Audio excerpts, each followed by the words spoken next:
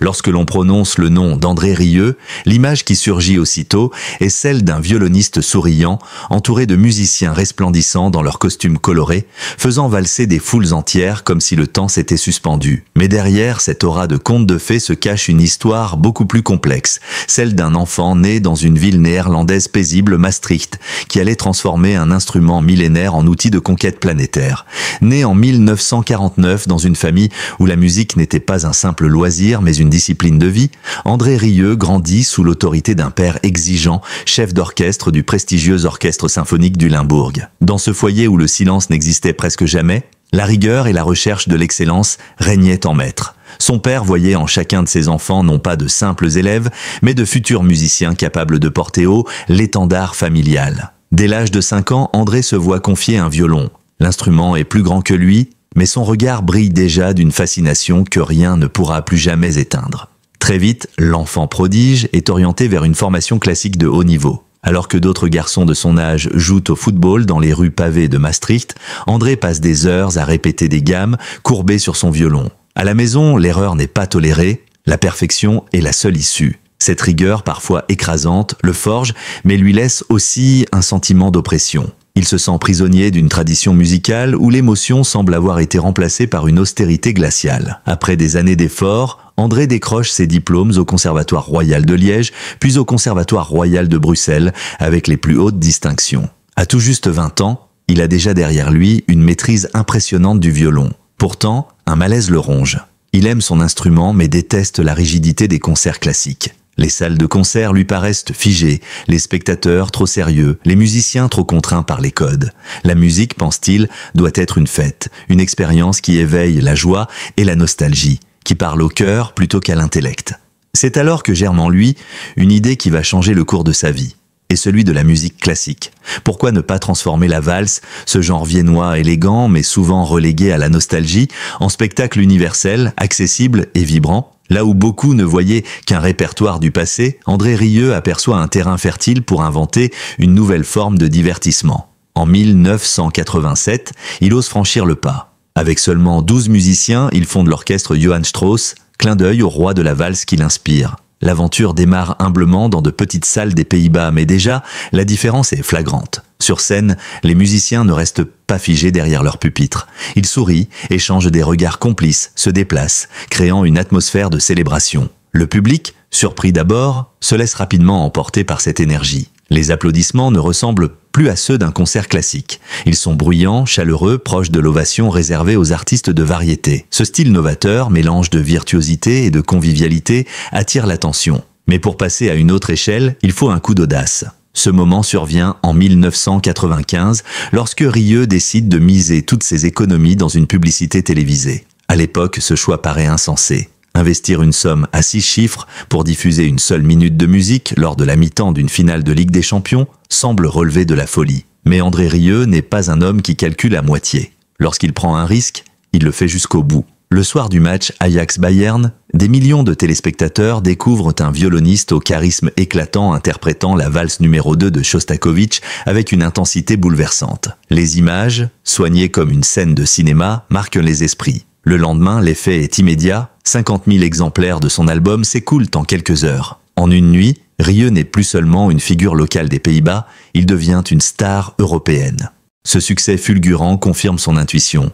La musique classique peut toucher les masses, à condition d'être présentée avec émotion, modernité et spectacle. Désormais, André Rieu se donne pour mission de prendre en main chaque aspect de sa carrière. Il fonde sa propre société de production, refuse de déléguer la confection des costumes, la gestion des tournées, la distribution des albums. Tout doit être orchestré selon sa vision. Cette intégration totale, digne des grands capitaines d'industrie, devient son arme secrète. En quelques années, l'ancien enfant discipliné de Maastricht transforme une passion en empire culturel. Il n'est plus seulement un violoniste, il est chef d'entreprise, metteur en scène, conteur d'histoire et surtout architecte d'un rêve. Mais ce n'est que le début, car derrière le succès commercial se dessine déjà une ambition bien plus vaste.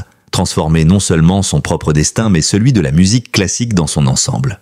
Le pari audacieux de 1995 propulse André Rieu dans une autre dimension. Ce qui n'était au départ qu'un orchestre atypique devient soudain un phénomène médiatique. Mais plutôt que de se reposer sur ce succès, le violoniste de Maastricht comprend qu'il doit transformer cette percée en stratégie globale. Là où d'autres musiciens classiques restent de tributaires des programmateurs et des mécènes, Rieu choisit l'indépendance. Rapidement, il fonde André Rieu Productions, une structure entièrement intégrée qui va gérer tous les aspects de son activité. La maison de production devient le cœur battant de son empire. Les arrangements musicaux sont travaillés en interne, les costumes confectionnés dans ses propres ateliers, les DVD et albums produits et distribués sans intermédiaire. Même les campagnes de communication sont supervisées directement par ses équipes. Cette verticalité, rare dans le monde de la musique classique, lui assure deux avantages majeurs, un contrôle artistique absolu et une maîtrise financière qui maximise les bénéfices. Mais la vision de Rieu ne se limite pas à l'organisation. Il perçoit très vite que son succès repose sur un élément essentiel, l'émotion universelle. Plutôt que de se cantonner au canon européen de la musique classique, il décide d'adapter son répertoire aux sensibilités locales. En France, il enregistre des thèmes romantiques inspirés de Roméo et Juliette. Aux États-Unis, il revisite My Heart Will Go On de Titanic, chanson déjà culte.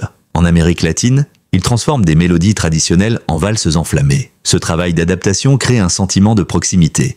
Chaque public a l'impression que Rieu joue pour lui. Les résultats dépassent toutes les attentes. Au tournant des années 2000, André Rieu multiplie les concerts dans le monde entier, à raison de plus d'une centaine par an. Mais ce ne sont plus de simples concerts, ce sont de véritables spectacles. Les salles classiques ne suffisent plus. Il faut des stades, des arènes gigantesques capables d'accueillir des dizaines de milliers de spectateurs. La musique de Rieu devient une expérience sensorielle totale, mêlant virtuosité et mise en scène. Sur scène, tout est pensé pour émerveiller. Les musiciens souriants portent des costumes chatoyants inspirés des bals viennois. Les éclairages transforment l'espace en palais éphémère. Les interventions humoristiques et la complicité avec le public brisent la barrière de la distance.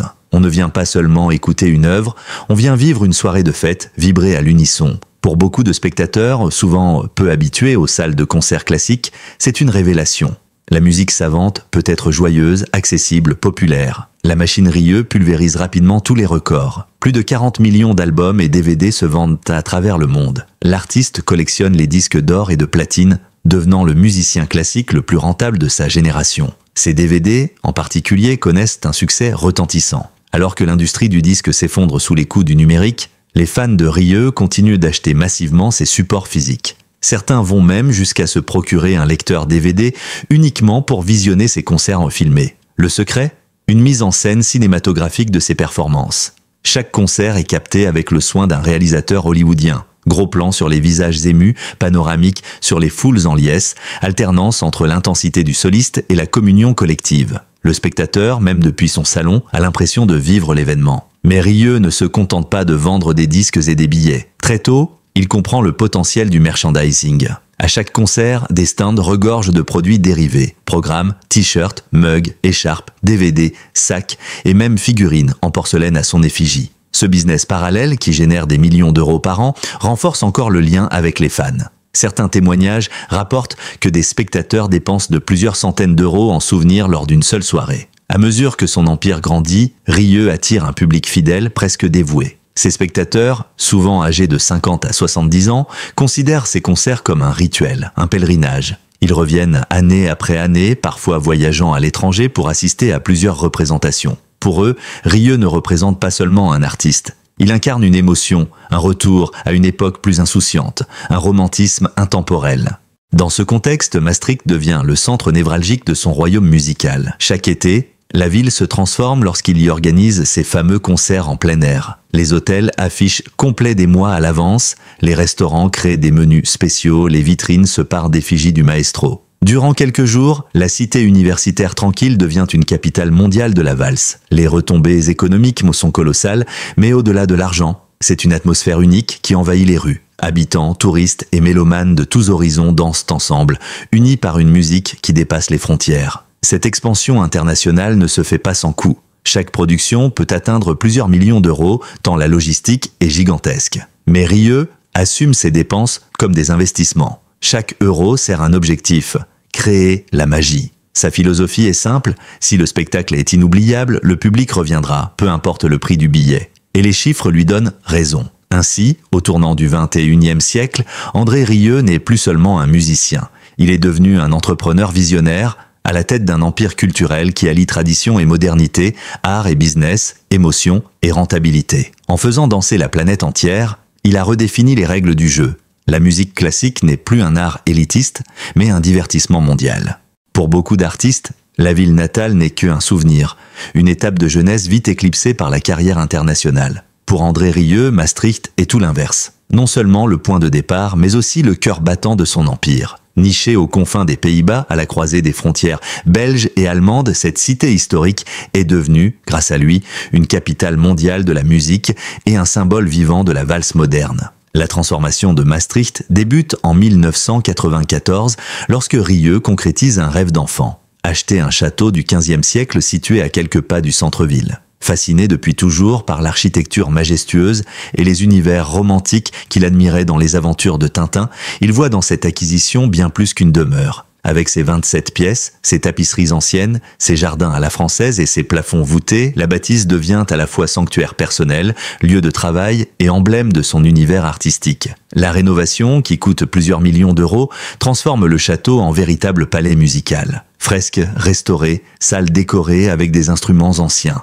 Salon orné de portraits de compositeurs, chaque détail respire la passion et l'obsession esthétique du maestro. Mais fidèle à sa philosophie de partage, Rieu n'en fait pas un domaine hermétique. Lors de ses célèbres concerts d'été, il ouvre partiellement les portes de sa demeure au public. Des forfaits exclusifs, vendus près de 859 €, incluent une place au premier rang, une nuit dans un hôtel 5 étoiles et une visite guidée du château assurée par son fils Pierre. Même si seuls quelques salons du rez-de-chaussée sont accessibles, les fans y trouvent une immersion dans le monde Rieu. Ce château n'est toutefois que la partie visible d'un patrimoine immobilier impressionnant. Au fil des années, André Rieu a acquis des centaines de propriétés à Maastricht.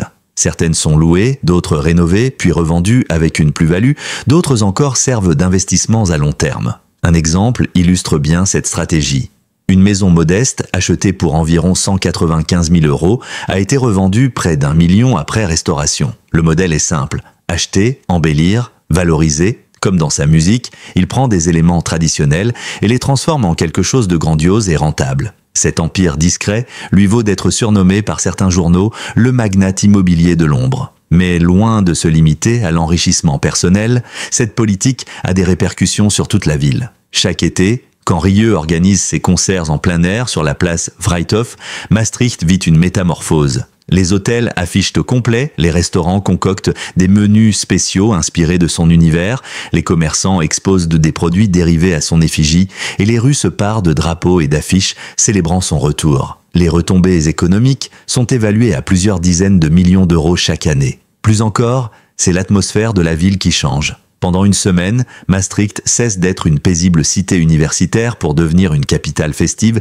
et cosmopolite. Les habitants assistent aux concerts depuis leurs balcons, les touristes dansent dans les rues, les écrans géants retransmettent le spectacle dans chaque recoin de la place. La ville entière devient une scène à ciel ouvert et Rieu son maître de cérémonie. Cette dimension collective n'est pas anodine. Elle illustre l'impact culturel d'André Rieu sur Maastricht. Pour certains, il est une institution civique, presque une figure mythique. Les autorités locales voient en lui un ambassadeur de prestige, capable d'attirer des visiteurs venus du monde entier. Les habitants, même ceux qui ne partagent pas son goût pour la valse, reconnaissent l'empreinte indélébile qu'il a laissée. Et cet impact dépasse la musique.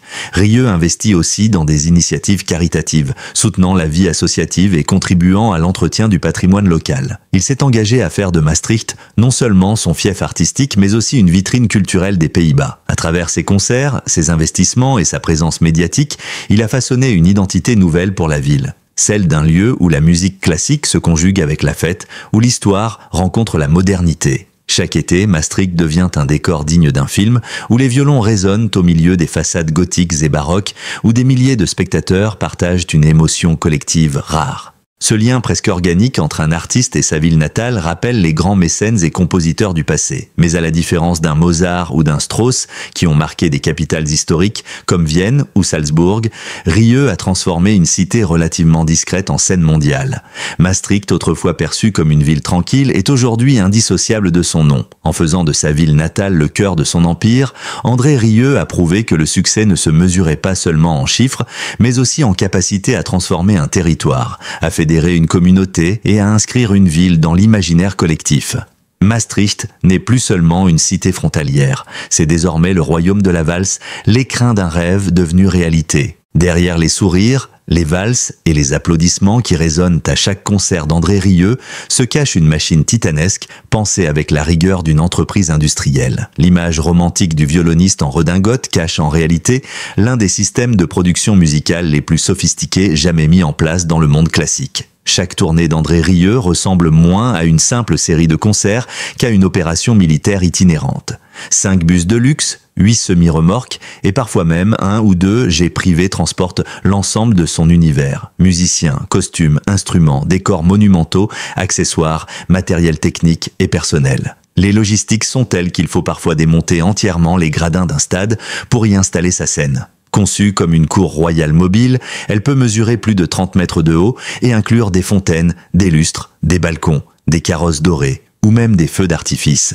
Chaque détail est pensé pour transporter le spectateur dans un univers féerique. Cette extravagance a évidemment un coût colossal. Selon les lieux, chaque concert peut coûter entre 2 et 2,5 millions d'euros à produire. Mais pour Rieu, ces dépenses ne sont pas de simples caprices. Elles sont partie intégrante de son art. Le public ne vient pas seulement écouter de la musique, il vient vivre un rêve, répète-t-il souvent. Et dans cette logique, aucun détail n'est trop insignifiant pour être négligé. C'est là que réside une autre particularité de l'Empire Rieu, son organisation interne entièrement intégrée. Contrairement à la majorité des artistes qui externalisent une partie de la production à des promoteurs, agences ou labels, Rieu centralise tout à Maastricht.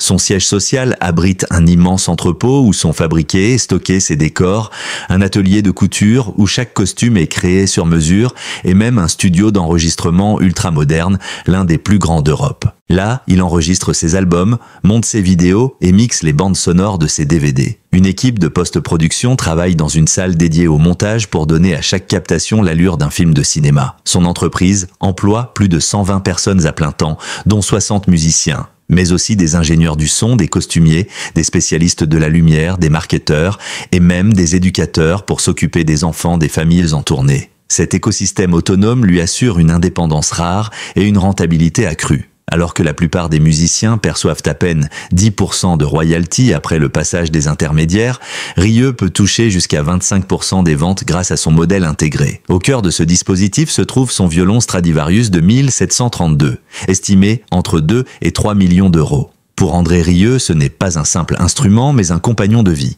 Il ne le quitte jamais. L'instrument voyage avec lui, dort dans sa chambre d'hôtel et un membre de son équipe est chargé de le protéger en permanence, y compris lors des transferts entre lieux de concert. Ce rituel témoigne de la dimension quasi sacrée qu'il attribue à la musique. Sa collection de violons est impressionnante, près d'une centaine d'instruments, chacun doté d'une sonorité et d'une histoire particulière. Avant chaque concert, dans le silence de sa loge, Rieu choisit celui qui correspond le mieux à l'atmosphère émotionnelle de la soirée. Ce rapport intime à l'instrument contraste avec la monumentalité de ses spectacles et révèle l'équilibre subtil entre la virtuosité individuelle et la mise en scène collective. Mais le luxe, chez Rieu, ne s'arrête pas au violon. Ses redingotes de scène sont confectionnées sur mesure dans ses propres ateliers pour garantir un impact visuel maximal sous les projecteurs. Ses loges sont aménagées avec soin, équipées d'humidificateurs pour préserver ses instruments et de thés spécifiques pour protéger sa voix. Lors des tournées, lui et ses collaborateurs principaux séjournent dans des hôtels 5 étoiles, parfois en louant des étages entiers, afin d'assurer intimité et sécurité. Pourtant, ce luxe n'a jamais l'air gratuit. Contrairement à certaines stars qui accumulent les signes extérieurs de richesse, Rieu intègre chaque dépense dans une logique artistique. Les carrosses dorées, les décors impériaux, les costumes scintillants ne sont pas des caprices, mais des outils d'enchantement. Il prolonge, sur scène, le fantasme qu'il construit. Une plongée dans un univers de rêve où l'on peut oublier le temps d'une soirée, la dureté du quotidien. Même les détails les plus inattendus relèvent de cette obsession pour la perfection. Il emploie par exemple des assistants chargés de lui tendre le stylo au bon moment lors des dédicaces ou de vérifier que la lumière se reflète correctement sur ses costumes pour les captations. Certains jugeraient ces attentions excessives, mais pour Rieu, elles relèvent du branding, maintenir un monde impeccable où tout est pensé pour nourrir l'expérience du spectateur. Cet univers, à mi-chemin entre la rigueur militaire et la féerie théâtrale, explique pourquoi ses fans, souvent âgés, reviennent année après année. Pour eux, assister à un concert d'André Rieu n'est pas simplement écouter de la musique, c'est participer à un rituel, entrer dans un rêve chorégraphié où chaque note, chaque sourire, chaque costume a été pensé pour éveiller l'émotion. Ainsi, derrière l'homme au violon se cache un chef d'entreprise perfectionniste, un stratège qui a su transformer la musique classique en une industrie florissante. Et si ce modèle l'a mené au sommet, il lui a aussi fait frôler le précipice lorsque certains projets trop ambitieux ont failli tout faire basculer. Dans l'imaginaire collectif, André Rieu apparaît comme une figure de réussite éclatante. Un musicien charismatique, un chef d'orchestre adulé, un homme d'affaires prospère. Pourtant, derrière les lumières et les ovations, sa carrière n'a pas toujours été une valse sans fausses notes. Comme tout empire, celui de Rieu a connu ses secousses, révélant les fragilités d'un système aussi ambitieux que risqué. L'un des épisodes les plus marquants survient au milieu des années 2000. Alors au sommet de sa gloire, Rieu imagine une mise en scène d'une ampleur inédite, transporter un décor monumental de château impérial avec colonnes, escaliers et lustres géants sur toutes les scènes de sa tournée. Le projet d'une ambition démesurée se heurte rapidement à des obstacles logistiques. Les installations prennent plusieurs jours au lieu de quelques heures, les retards s'accumulent, les coûts explosent. Ce qui devait être un triomphe se transforme en cauchemar financier. Rieu lui-même reconnaîtra plus tard que cette aventure a failli lui coûter son entreprise. Plutôt que de céder à la panique, il choisit d'apprendre de cet échec. Avec son équipe, il repense entièrement la conception de ses décors, les rendant plus modulables et plus faciles à transporter. Là où il fallait 5 jours pour installer sa scène, il parvient à réduire ce délai à 2. Ce pragmatisme, mêlé à son sens du spectacle, illustre une qualité rare chez un artiste, la capacité à transformer un revers en atout stratégique. Mais les difficultés de Rieu ne se limitent pas aux finances. À la fin des années 2000, une rumeur sulfureuse éclate, évoquant des comportements inappropriés et impliquant des mineurs. Bien que ces accusations n'aboutissent jamais à aucune conséquence judiciaire, l'affaire jette une ombre sur son image, d'autant plus que sa marque repose sur une aura d'élégance et de respectabilité. Si la presse finit par passer à autre chose, l'épisode rappelle brutalement que la célébrité n'immunise pas contre les scandales et que le moindre soupçon peut fragiliser une réputation patiemment construite. Ces épreuves, loin de briser le maestro, renforcent paradoxalement son aura, car Rieu n'a jamais caché sa vulnérabilité. Là où certains artistes préfèrent masquer leurs failles,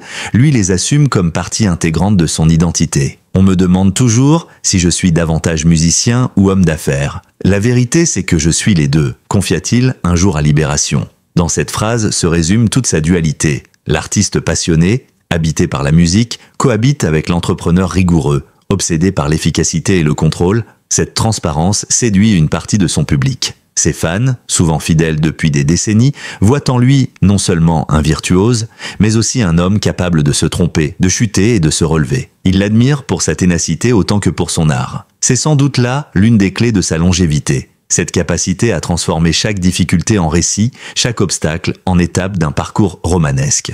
Aujourd'hui encore, André Rieu continue de bâtir sur cette résilience. Il enregistre de nouveaux albums, conçoit des tournées toujours plus grandioses et n'hésite pas à se projeter dans des projets qui paraîtraient insensés pour d'autres. Interrogé sur la limite de ses ambitions, il a même plaisanté en affirmant qu'il accepterait de jouer un concert au pôle Nord si l'occasion se présentait. Une boutade qui résume bien son état d'esprit. Pour lui, la musique n'a pas de frontières, pas plus que son empire. Son héritage est désormais double. D'un côté, l'artiste qui a fait danser des millions de spectateurs et redonné à la valse un éclat planétaire. De l'autre, l'homme d'affaires visionnaire qui a prouvé que la musique classique pouvait être non seulement populaire mais aussi rentable à une échelle inédite. Entre la rigueur du gestionnaire et la sensibilité du musicien, André Rieu a inventé un modèle unique, capable de séduire les foules tout en tenant tête aux lois impitoyables du marché. Au fond, c'est peut-être dans cette dualité que réside la véritable force de Rieu. Loin d'être un simple violoniste de charme, il est devenu une marque mondiale, un empire bâti, une valse à la fois, comme le disent ses admirateurs. Mais il est aussi resté un homme capable de douter, de trébucher, de se relever et de continuer à sourire à son public. En définitive, André Rieu n'a pas seulement réinventé la manière de jouer de la musique classique, il a réinventé la manière d'incarner un artiste à l'ère du spectacle global. Son Stradivarius, son château, ses décors impériaux, ses tournées pharaoniques et même ses revers font partie d'un récit plus large. Celui d'un musicien qui a choisi de transformer sa vie en symphonie. Une symphonie où chaque fausse note devient l'occasion d'une nouvelle variation et où le maestro, imperturbable, continue de faire valser le monde entier. André Rieu n'est pas seulement un violoniste virtuose, il est devenu un véritable phénomène mondial. De Maastricht à Sydney, de Paris à Tokyo, il a prouvé qu'un art longtemps perçu comme élitiste pouvait émouvoir les foules si l'on savait l'habiller d'émotions, de rêves et de faste. Derrière son Stradivarius de 1732, derrière ses décors impériaux et ses tournées pharaoniques, se cache un homme qui a su unir deux mondes souvent opposés, celui de la sensibilité artistique et celui du calcul entrepreneurial. Ses réussites fulgurantes, comme ses revers parfois douloureux, racontent la même histoire, celle d'un musicien qui n'a jamais cessé d'oser. En bâtissant son empire, une valse à la fois, Rieu a transformé Maastricht en capitale estivale de la musique et s'est imposé comme une marque culturelle mondiale. Mais au-delà des chiffres, des records et des polémiques, il reste ce maestro au sourire chaleureux, capable de faire danser des milliers de spectateurs d'un simple coup d'archet. Sa trajectoire est celle d'un artiste qui a compris que la magie ne naît pas seulement des notes, mais de l'expérience vécue. Et tant que ses concerts continueront d'enchanter les foules, la valse d'André Rieu, elle, ne s'arrêtera jamais.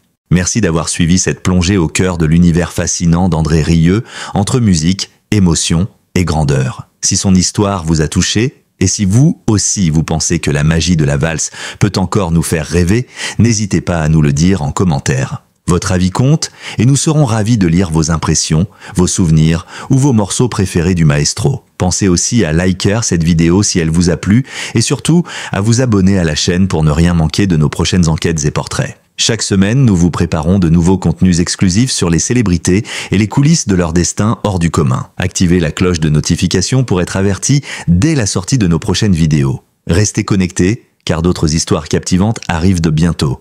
Et croyez-le, vous ne voudrez pas les manquer.